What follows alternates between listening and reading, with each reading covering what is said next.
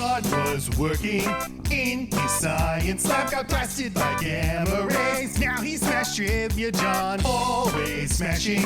He's friends with Ruffalo, crushing on Maslany, and also Sydney Sweeney. John's here saying, hello my gamma friends, welcome to the show, the Gamma Analysis Podcast.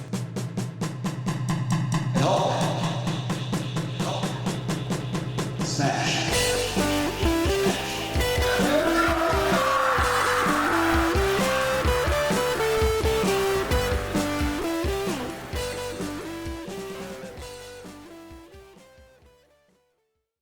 Hello my Gamma friends, welcome to the show. I'm your host Smash Trivia John. You can find me on Twitter, Facebook, YouTube, TikTok, and Instagram by searching Smash Trivia. I'll be the one with the big old green head in the profile picture. This is the Gamma Analysis. Basically I'm going to review everything Hulk. All the movies, TV shows, I also do random other geeky films. And sometimes I don't even review something at all. Like this episode, though I would say this is kind of similar to a review, because I will be telling you my thoughts on some Hulk stuff.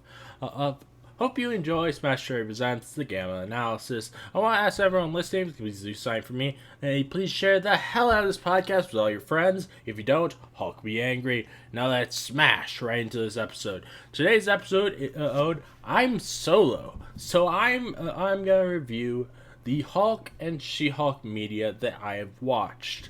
To be clear, this is adaptations, not comics, and if I don't include something, it is because I haven't ever watched any of it. So, like for example, I've never watched any of the '90s Hulk animated show, so I cannot include that in this. But all right, let's get this started.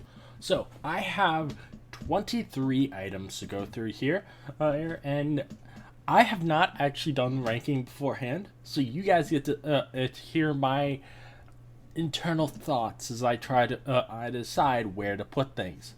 Alright, so, in the 23rd place, let's see, what do I want to put first? Now, I should say, I thought I will be ranking these both on enjoyment and how well I think they did the Hulk. So, out of these things that I have listed here, I'm probably gonna place Next Avengers: Heroes of Tomorrow at number 23, mainly just because, even though I know I watched it when I was a kid, I don't remember it at all, so I can't really say that I enjoyed it a lot, or how well the Hulk was in it. So, there we have that. 22 spot. Let's see. Where do we want to go for next? Let's see. I'm gonna have to go with Avengers: Earth's Mightiest Heroes. Again, just like with the with Next Avengers: Heroes of Tomorrow, I haven't watched it since I was a kid, so I don't remember it very much. And I know that's that might annoy some people, because as I know that some people absolutely love that Hulk adaptation. But this is my ranking, not yours. All right, so. Let's see. What can we do next?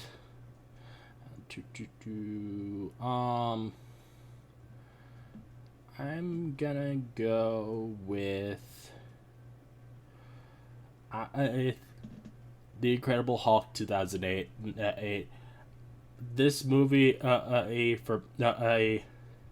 gonna be a 21 because it's just not quite what I want to have Hulk. It's too serious for my taste, and Hulk doesn't have really much of a personality. He's just smash monster. Yeah. Let's go for the 20th spot. Let's see. What are we gonna put for the 20th spot? I'm gonna go with Avengers Assemble. No, I this again. I have not watched since I was a kid. I do remember liking Hulk in it, and but I never really watched it for Hulk. So I think that I think Avengers Assemble, the cartoon show from Disney XD, that can go to on the 20th spot. 19. Let's see. Do, do, do.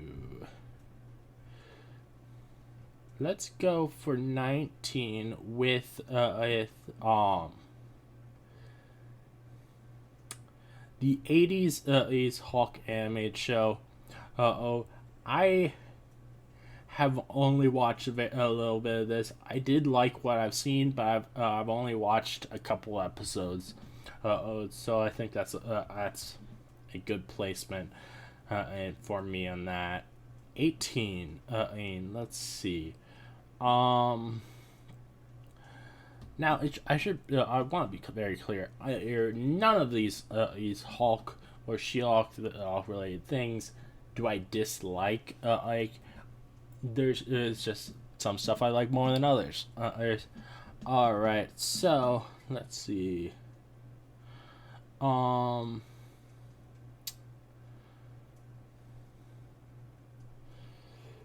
Let's go with one that I really liked as a kid, but again have not seen since I was a kid. I loved Hulk in this, but I haven't seen it since I was a kid, so I can't really rank it very high. And that is the Superhero Squad show. I loved this show as a kid, and it's one that I really do hope that at some point gets a revival. I think that Superhero Squad show could be for Marvel the kind of successful animated show that DC has with Teen Titans Go. All right, so for number 17, let's see, what do we want to do for number 17? Let's go for. I'm gonna go for or Hulk versus is the animated movie where it was both old Hulk versus Thor and Hulk versus Wolverine. And it's good. But it's nothing special to me. Number 16 spot. Let's see. What do we want to put for number 16? I'm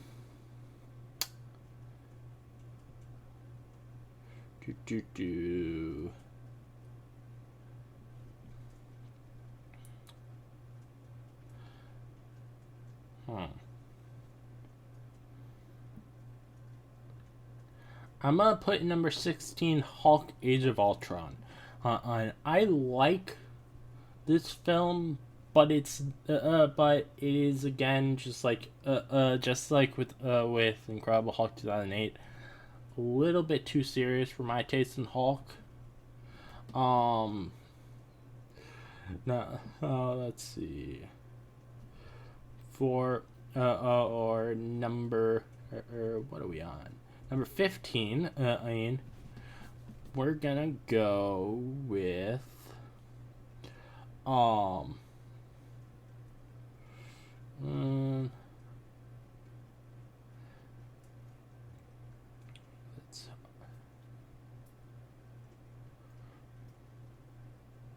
let's go with Fantastic Four: World's Greatest Heroes, the animated Fantastic Four show from the 2000s, and I do like like both the Hulk and She-Hulk episodes of this, but with the She-Hulk one particularly, I was a little saddened by the fact that she never really gets to interact with the Thing. And I love She-Hulk and the Thing's relationship in the comics. They have such a fun dynamic together. All right, number 14. And let's see, what do we want to go for number 14? I think I will go for 14 with the Planet Hulk movie, from the 2000s, and it's the animated film. I like this one, and I like this one a good bit, but it's not as much as much as some of these ones above it. So, and for 13, let's see, what do we have left? Ooh, I think for 13, I'm gonna go with Hulk's appearances in What If. If I think I really enjoy him in What If, but he's not really a focus of the show. Or like really, he's kind of a focus in some of the episodes, but it's not. I don't know, I think 13 is a good placement for that. Ad for my taste in Hulk. The number 12 spot, we're gonna go with the Lego Marvel superheroes short films. I enjoy these a lot, but I would say that I watch them more just for all the heroes in general and not just particularly Hulk. So I think 12 is pretty good for them. But if you want to watch something that's really comic booky and fun, and watch the Lego Marvel superheroes short films. They are so much fun to watch. All right, for the number 11 spot. Let's see. Hey, where are we gonna go for this? It's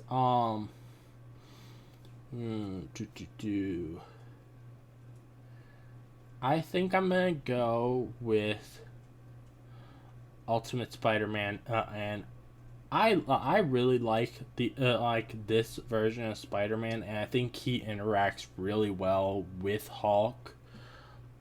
But I just think there's stuff above it that I enjoy even more. So we are now down to our top 10 and Hulk things that I've seen, and so let's go. All right. So for number 10, I think I'm gonna go with Avengers: Infinity War because he's not in it very much. But I love Avengers: Infinity War. It's it's such a great film. And then for next, let's see, what are we gonna go for number 9? Let's see. I think that in the number 9 spot, we're gonna go with Phineas and Ferb Mission Marvel. Well, I really like this, and I love that Baljeet becomes a Hulk in it. But I'm not really watching it in that special for Hulk. I'm watching it for Phineas and Ferb meeting just all the superheroes. So number 8, let's see, what do we want to do for number 8?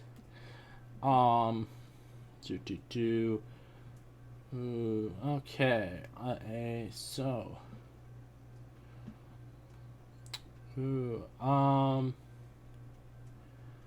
I think I'm gonna go for number 8, with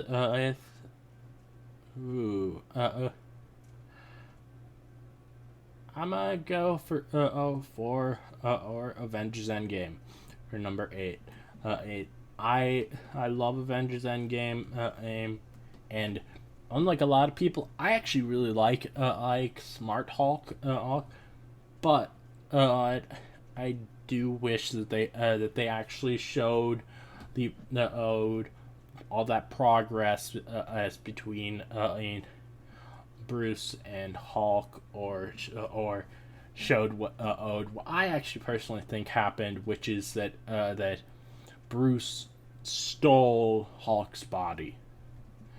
All right.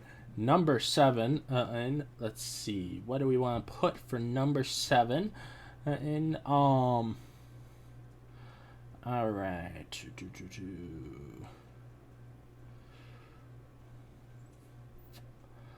I'm gonna put for number 7 in the 70s Hulk live action show. I really like this show. I think it is so much fun to watch, but I don't think it's actually a great adaptation of Hulk. No, Hulk. I know that's a really hot take, but I think it's. I think that it's very stagnant, and there doesn't seem to be much character development. I think there's and I don't like that the creator of the show particularly wanted to push as far away from the comics as possible. He didn't even want to make Hulk green. Stan Lee had to push back on that to get at us having a green Hulk, and he didn't want to let Bruce Banner be called Bruce Banner. He wanted to call him David Banner because he thought that Bruce was too gay, which I think is kind of messed up. All right, in sixth place, let's see, what do we want to put for sixth place? Okay, so we're getting down to the nitty gritty here. So, for sixth place, I think I'm gonna go with Hulk, Where Monsters Dwell. I think I love this Hulk film. But I would say that it's one where I probably would only watch it around Halloween time. I probably wouldn't watch it throughout the year. Because this is very much a Halloween movie. So I think 6 is a good place for it. All right. So we're down to the top 5. We got some really good ones here. Here to go with though I'm so all right.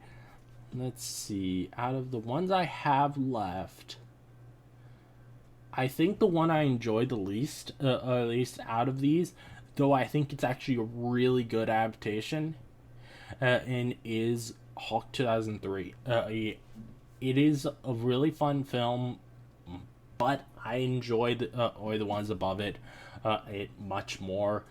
But I would say, though, it is a really good adaptation of Hulk. It is the only time we've gotten to see his father in it, and his father, his abusive childhood, is a very important thing to Hulk, and a very important thing to me, because it's one of the reasons I feel like I can relate to Hulk. So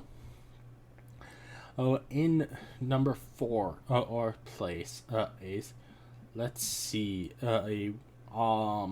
this is it. These last 4 are so hard for me because I love all 4 of these. Is so much. I'm gonna go with Thor Ragnarok for number 4. I love Thor Ragnarok. I think it did a lot of great things for Hulk's character.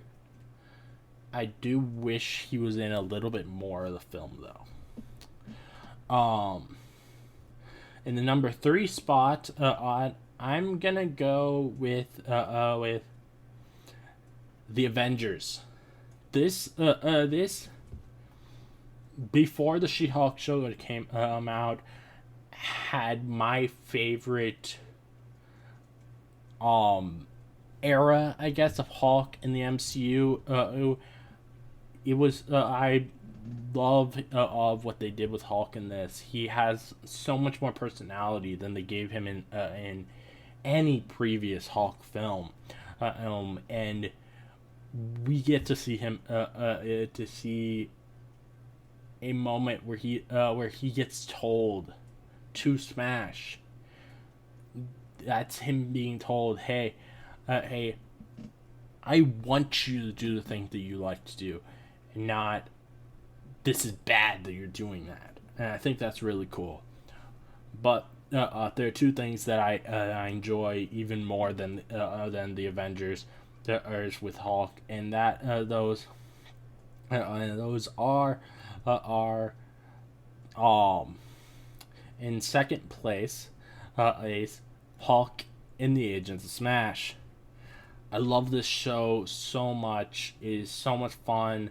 We get to see so many different Hulks, and get into a lot of Hulk lore, or at least like a lot of Hulk lore that they can actually explore in a children's show. And I think it's just such a fun show, and it's a really unique show. Like there's no other show in existence that is a animated superhero team up show that is also a mockumentary, because they framed it in a way, a sort of like something like The Office did, where it is where A-Bomb is trying to make a documentary about the Hulks, and I think that's really cool as a concept, and I really wish the show would get a revival. No, but is probably very obvious. My favorite one is the She-Hulk Attorney at Law show. I love this show. It is my favorite interpretation of Hulk in the MCU.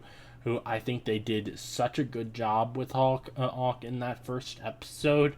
And the episodes after that also did an amazing job with She-Hulk. It is the most comic accurate show or movie in the entire MCU. I cannot praise that show enough.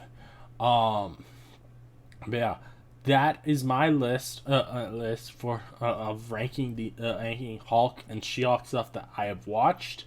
There's probably a lot of things that might annoy people, but it is my list. I respect if you feel differently, but this is just how I feel. I'm gonna run through all of it again, and just really quick, so if you didn't remember exactly all the placements. And so in 23 we had Next Avengers Heroes of Tomorrow. In 22 we have Avengers Earth's Mightiest Heroes. In 21 we have The Incredible Hulk 2008. In number 20 we have Avengers Assemble, the animated show. In 19 we have the 80s Hulk animated show. In number 18 in the Superhero Squad show. In number 17 Hulk Versus. It's number 16 Avengers Age of Ultron. Number 15 in Fantastic Four World's Greatest Heroes animated show. 14 we had Planet Hulk. 13 we had What If. And number 12 we had Lego Marvel Superhero short films. And number 11 we had Ultimate Spider-Man. Number 10 we had Avengers Infinity War. Number 9 Phineas and Ferb Mission Marvel. Number 8 Avengers Endgame. And number 7 the Incredible Hulk 70s live action, and with Lou Ferrigno and Bill Bixby. Number 6 we have Hulk Where Monsters Dwell. And number 5 we have Hulk 2003. Number 4 we have Thor Ragnarok. Number 3 we have The Avengers. Number 2 we have Hulk and the Agents of Smash. And number 1 we have She-Hulk Attorney at Law.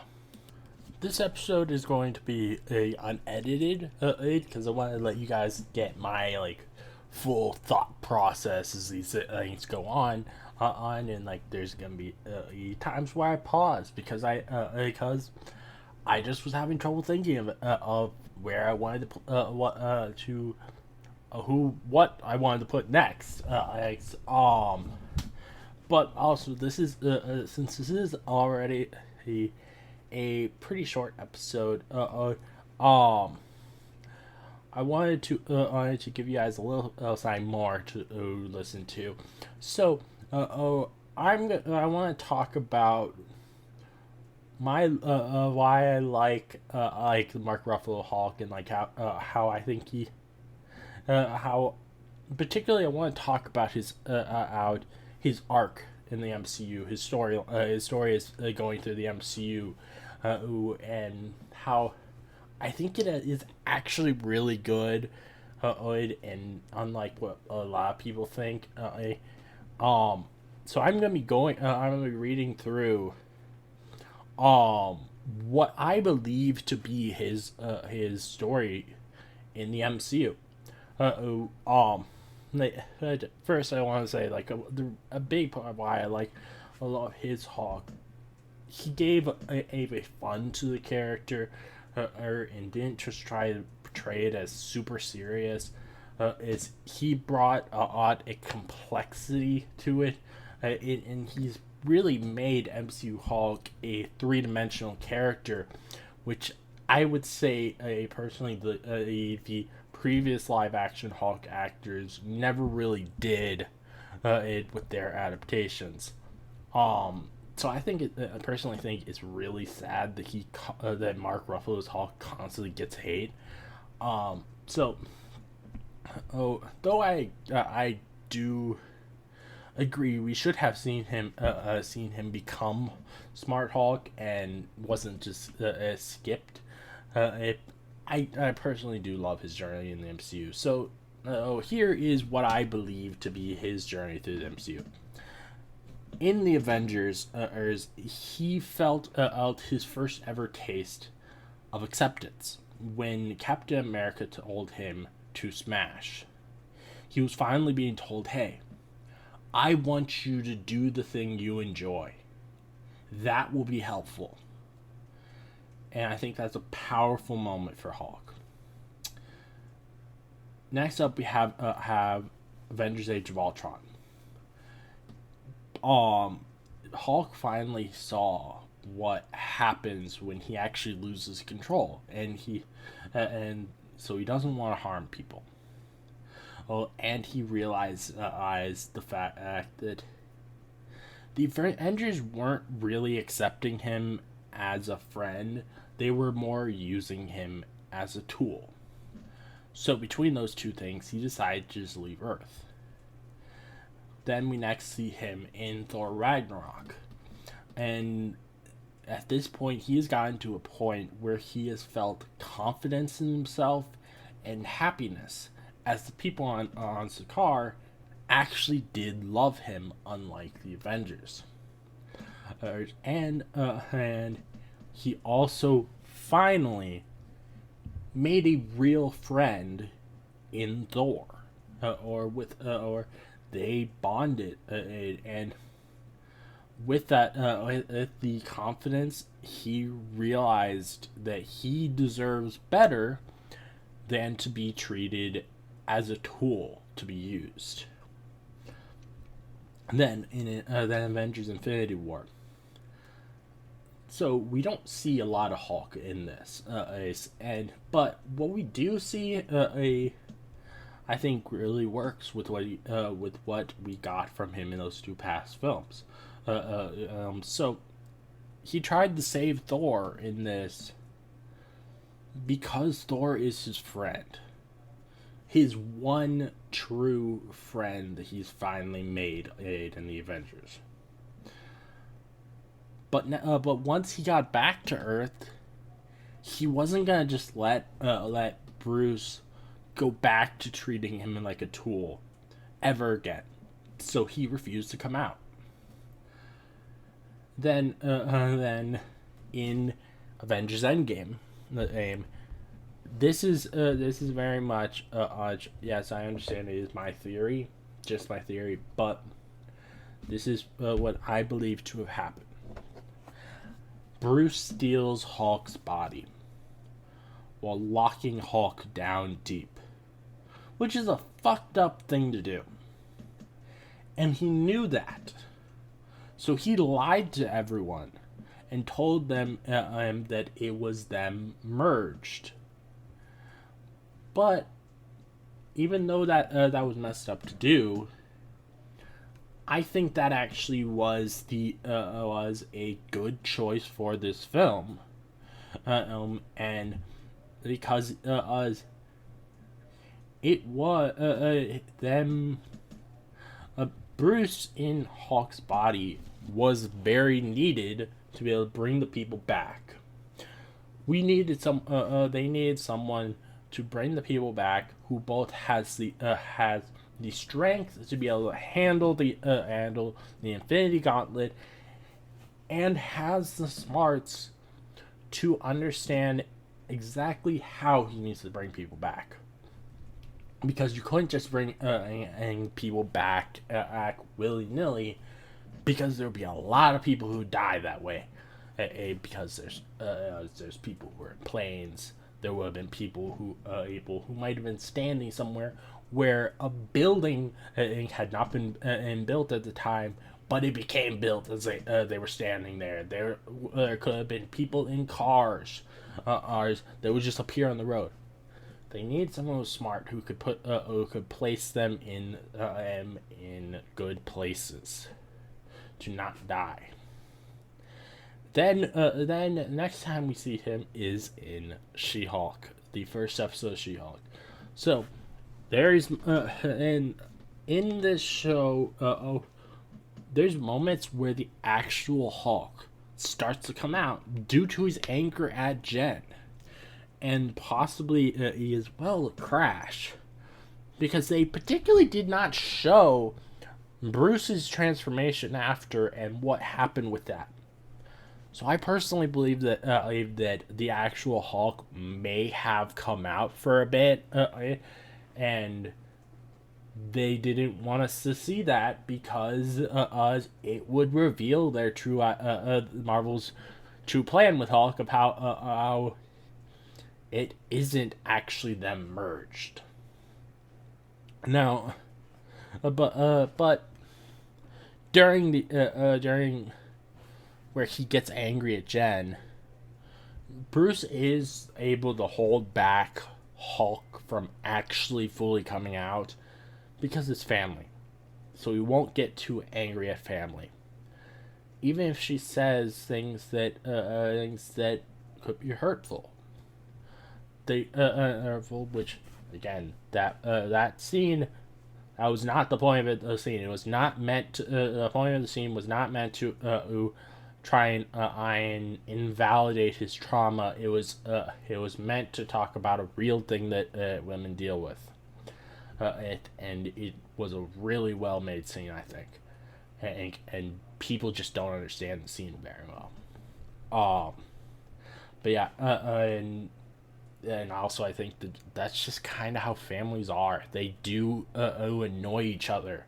They do say hurtful things to each other, but they make up afterward because they're family.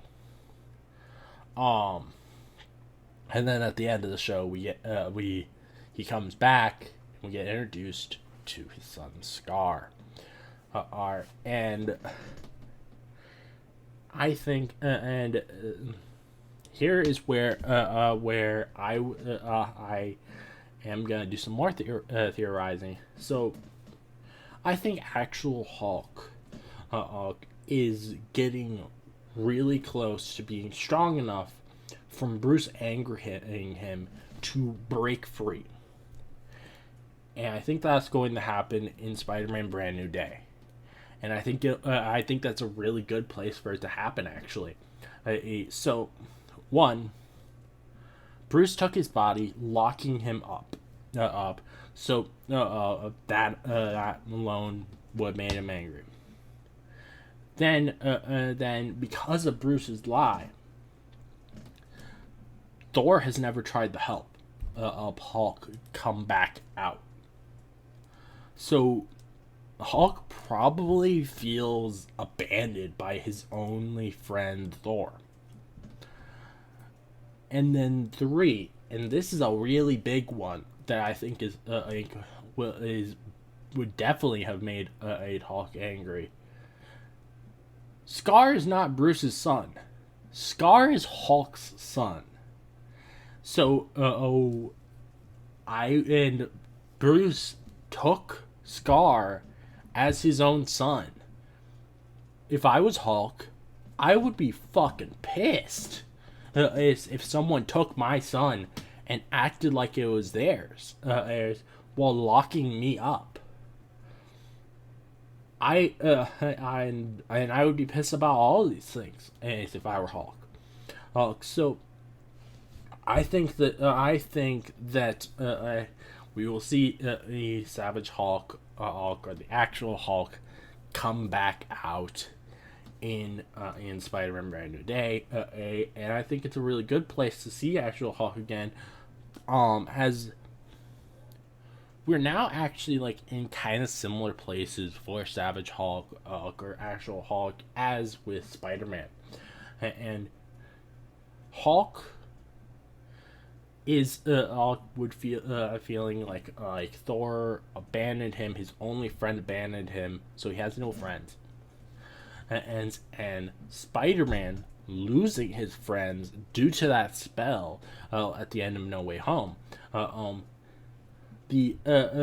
now means that they can bond over having no one, and they can become good friends together. Or I think it could be really cool if though obviously we cannot with the way things are in the MCU, we can't get an actual adaptation of that moment from the comics where our Hulk says, Bruce forgot, but I didn't, and of Spider-Man's secret identity. We can't get that, but what we can get is with Hulk being Peter's only becoming Peter's only friend, and here, I think what would be really cool is that they have Hulk become the first person that Peter reveals his identity to, and they can bond over having no one, feeling lonely, feeling like the world is out to get them. And I think that could be really cool to see. Yeah, that's really everything I have to say though about this about Hulk's journey through the MCU. I think it's actually like a really cool journey when you actually think about what it is with an open mind, and don't just be like, they didn't give us a Hulk film, so it's bad. Which I do wish they gave us a Hulk film starring Mark Ruffalo. But I still think even without that, it's a really good journey. And when you actually sit down and think about it, like I've thought a lot about what his journey is. So that's everything I have to say for this episode. So thank you for listening. If you like this game analysis, please give a 5-star review on Apple Podcasts or a 5-star rating on Spotify. I'd love to hear your thoughts on the episode, so please let me know. If you'd like to listen to more from me, please subscribe. Many more game analysis from me coming, so keep on the lookout. This again is your host, Smash Trivia John, signing off.